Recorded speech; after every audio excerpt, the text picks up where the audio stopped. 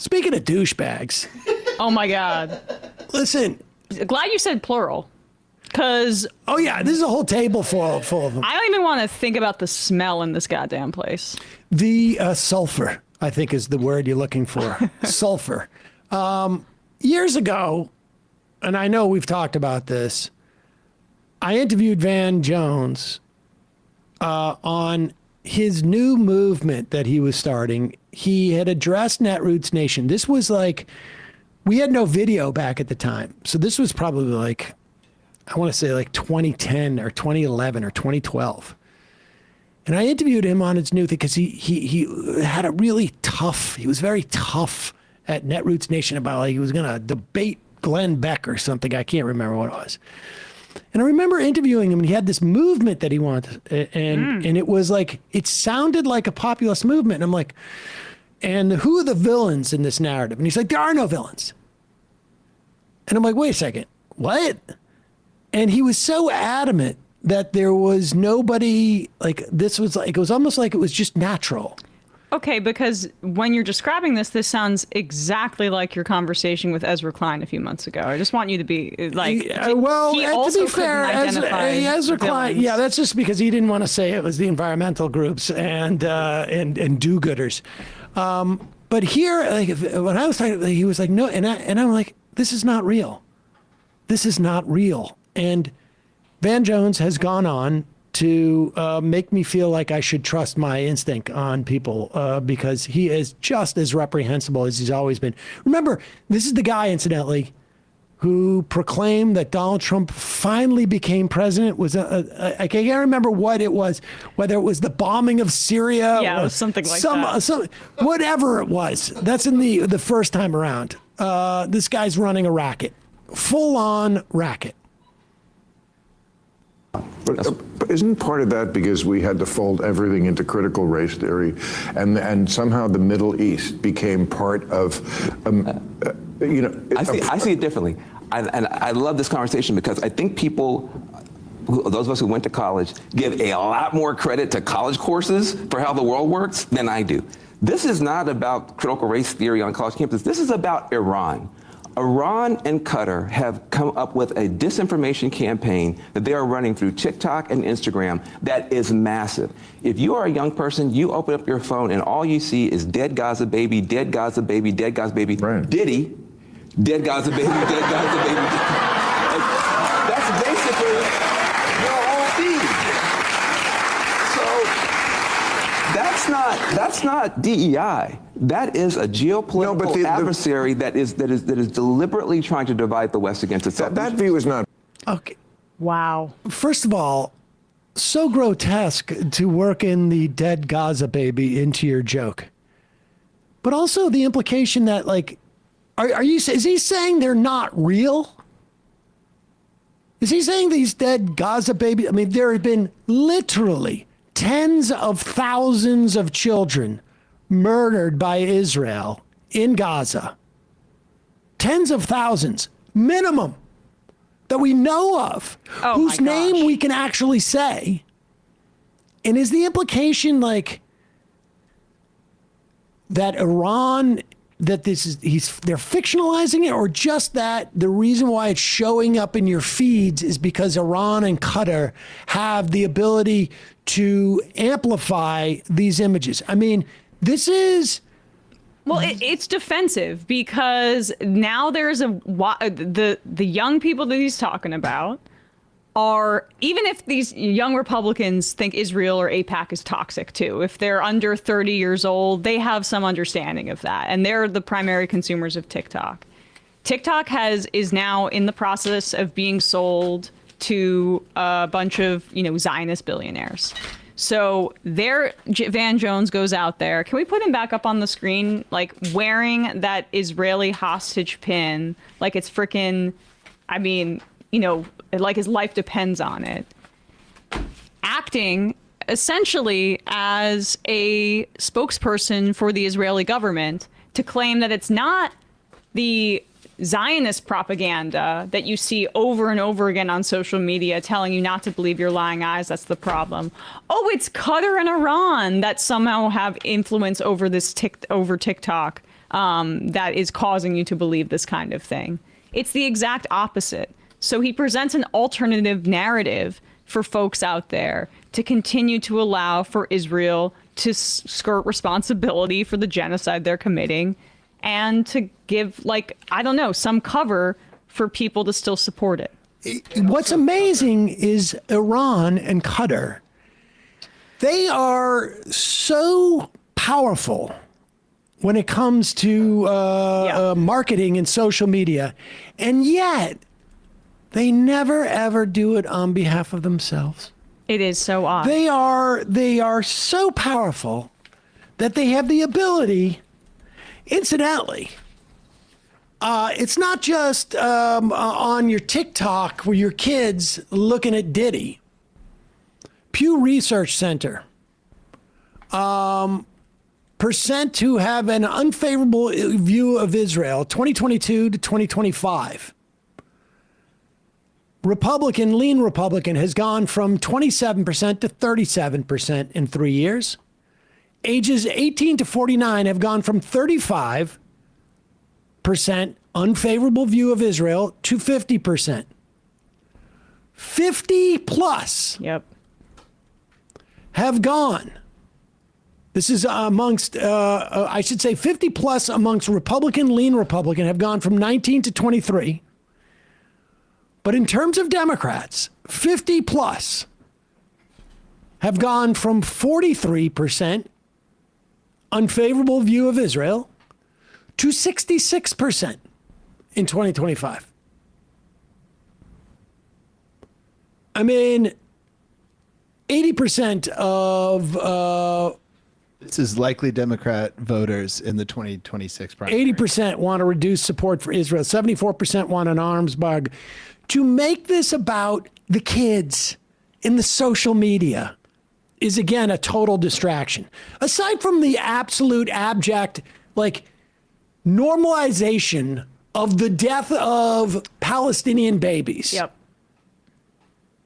I mean, and it's just like, like, what would be going on? How many shows would be canceled right now if somebody went on there and there had been tens of thousands of Israeli babies that were killed?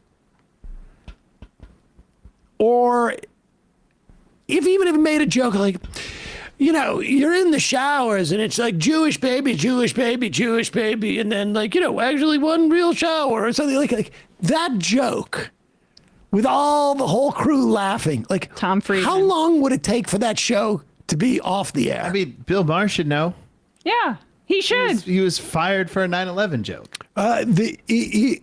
He said, hard to call the guys who are going in and blowing themselves up on the plane cowards. And then he was fired for it. Yeah. But Thomas Friedman is laughing at that joke there. Tom Friedman is another person. Well, I mean, more than Bill Maher in that way. Friedman was essential in laundering the Iraq war to the liberal class, the same liberal class that Van Jones is trying to appeal to there in terms of trying to get them to hold on to support for Israel, although the base is gone at this point, as we say. But the moneyed interests are still there. The investment in weapons technology in Israel and surveillance is still there. And that's what's just so scary about this TikTok sale to Larry Ellison, who, like, I mean, major Zionist, but also a major part of our, like, the dystopian surveillance state that has been created. And so the fact that Van Jones is out there saying that it's the exact opposite of the reality that you're about to experience, you have to wonder who he's auditioning for. Like, we're seeing, too, Barry Weiss and her pro-Israel propaganda. They're taking over a major with Ellison. CBS News, yeah, with CBS News. Ellison's And they're going to buy With Time Ellison's Warner kicks. next. Yep. That's Comedy Central. That's HBO.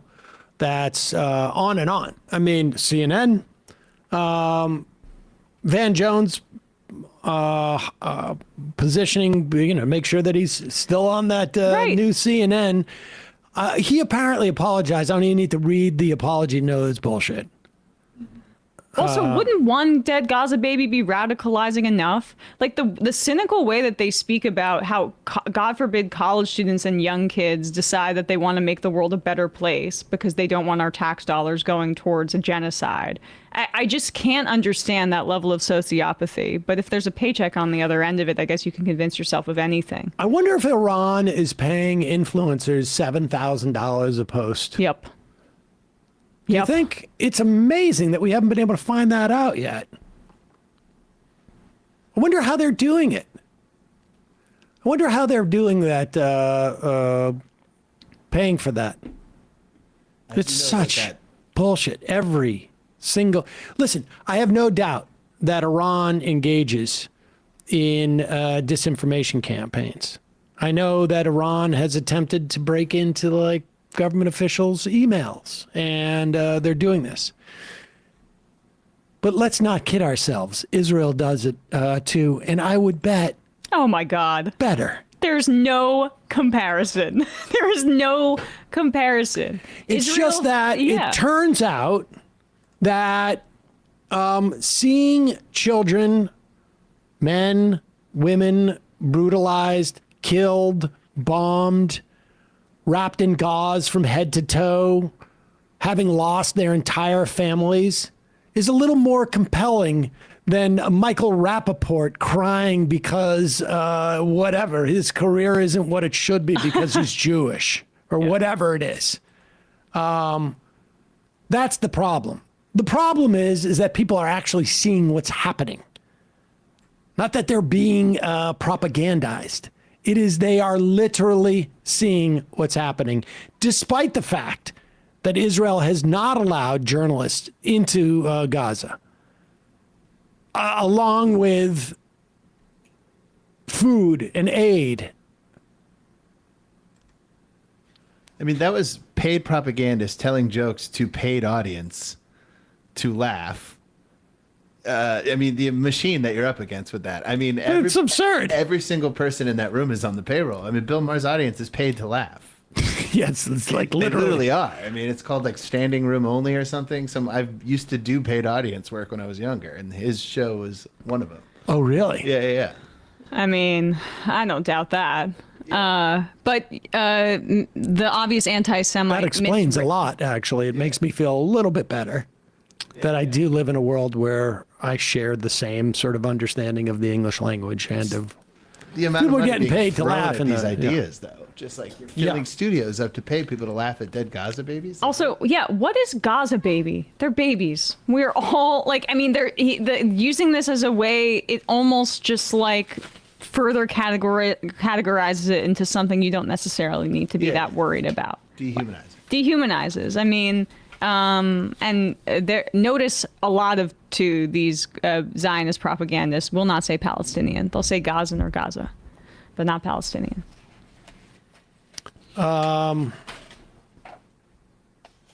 Let's do some fun thing.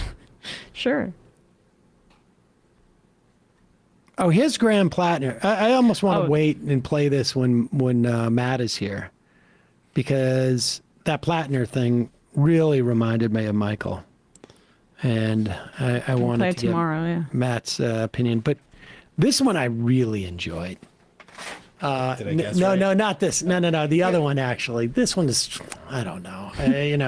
You picked on old Chuck enough? Well, it's not that joke wasn't stupid, and he's, I don't know, like, I think he's having a nervous breakdown. But as long as they stay strong and continue, like, fighting against the Republican push to end the government shutdown and getting nothing in return, I'm going to be at least somewhat gentle, making a stupid, moronic, completely unfunny joke when you're in the middle of pitching your primary, and I would argue insufficient, but so far at least somewhat effective